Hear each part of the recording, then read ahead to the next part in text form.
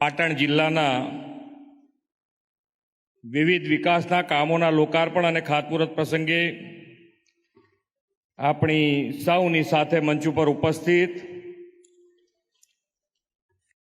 મારા સાથી મંત્રી શ્રી બળવંતસિંહ રાજપૂત, સાંસદ શ્રી ભરતસિંહ ડાભી, મારા સાથી ધારાસભ્ય શ્રી અનિકેતભાઈ, નગરપાલિકાના પ્રમુખ શ્રી અનિતાબેન પટેલ, જિલ્લાના ભાજપ પ્રમુખ શ્રી દશરથજી ઠાકોર, પૂર્વ રાજ્યસભાના સાંસદ અને વડીલ મુરબ્બી દિલીપભાઈ પંડ્યા, પ્રમુખ તાલુકા પંચાયત સિદ્ધપુર શ્રી ગીરાબેન ઠાકોર, શ્રી પ્રદેશના મંત્રી શ્રી નંદાજી,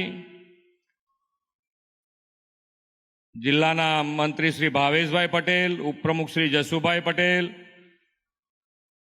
શ્રી મનીષભાઈ,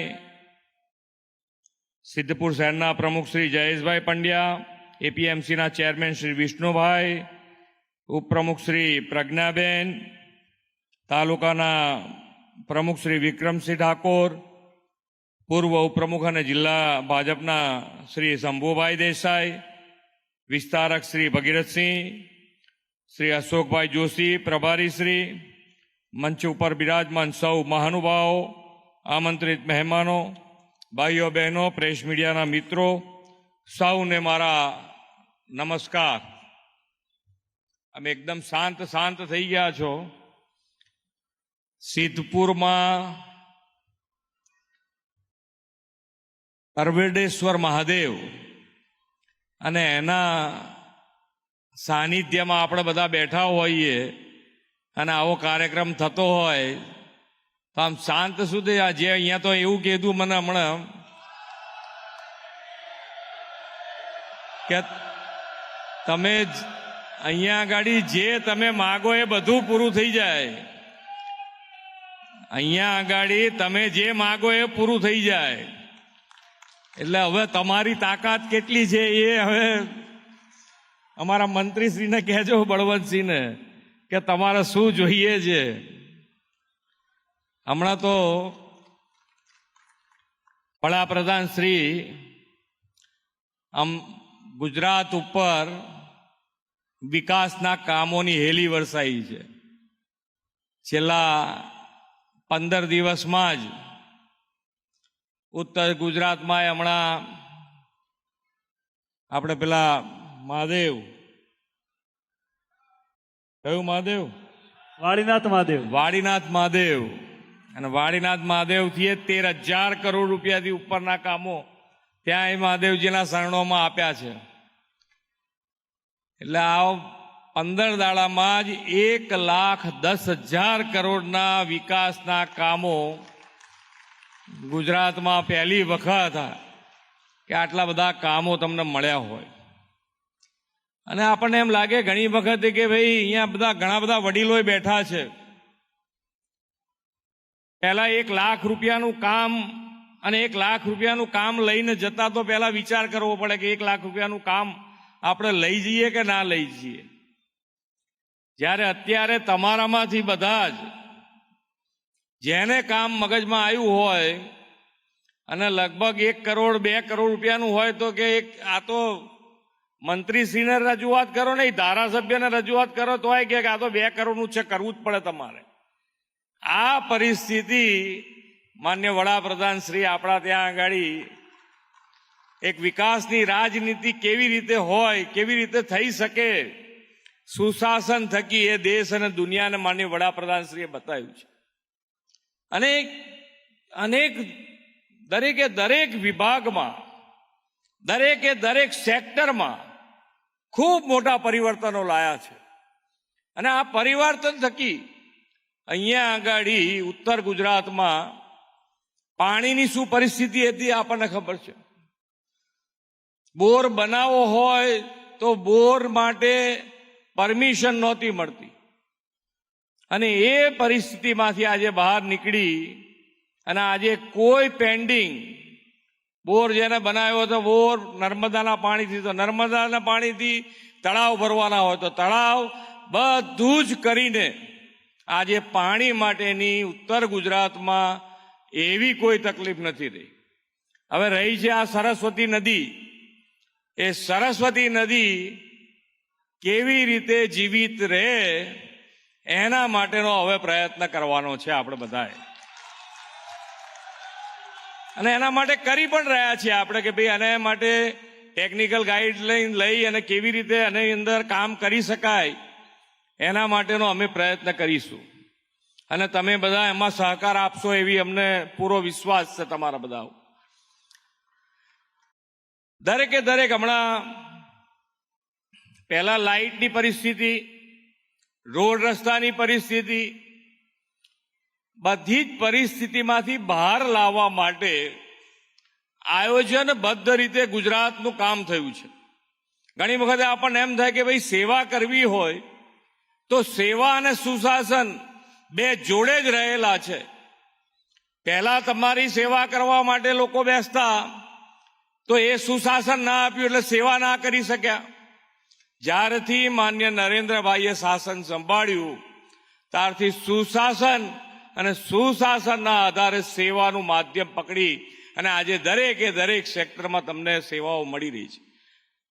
પહેલા ડોક્ટરોની વાત કરીએ આપણે તો દરેકે દરેક ગામમાં મેડિકલ સેવા આપણે ઊભી કરી રહી, પણ મેડિકલ સેવા માટે ડોક્ટરો ક્યાંથી લાવવા?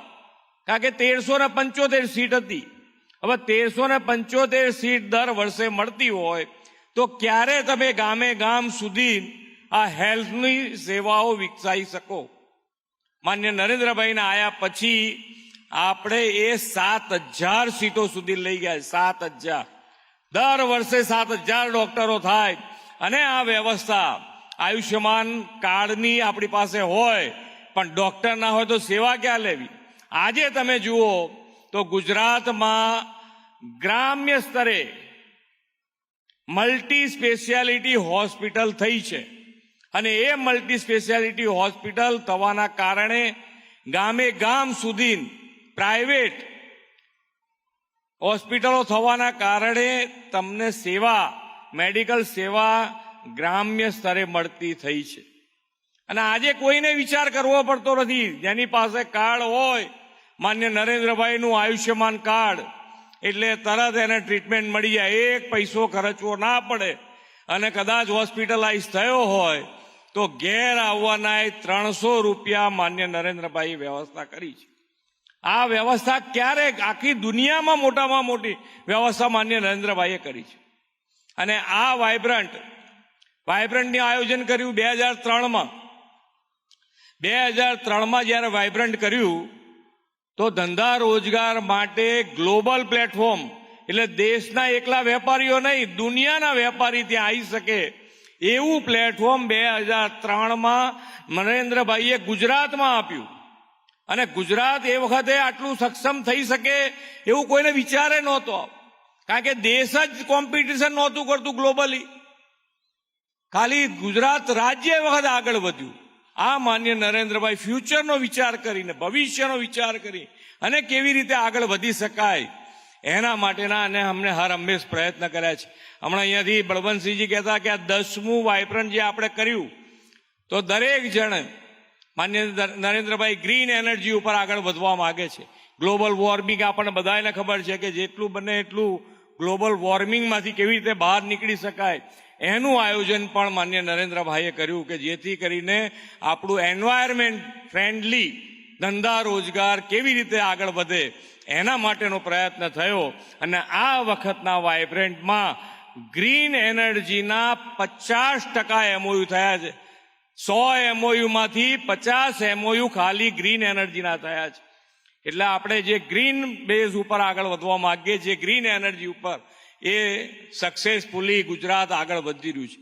આપણને બધાને ખબર છે કે અત્યારે ફોન તમારી પાસે ના હોય તો આપણને એમ લાગે કે આપણું હાર્ટ જ નથી આપણી પાસે, આપણે એમને એમ બેઠા છીએ એવું લાગે ને? પાછા શાંત થઈ ગયા એકદમ.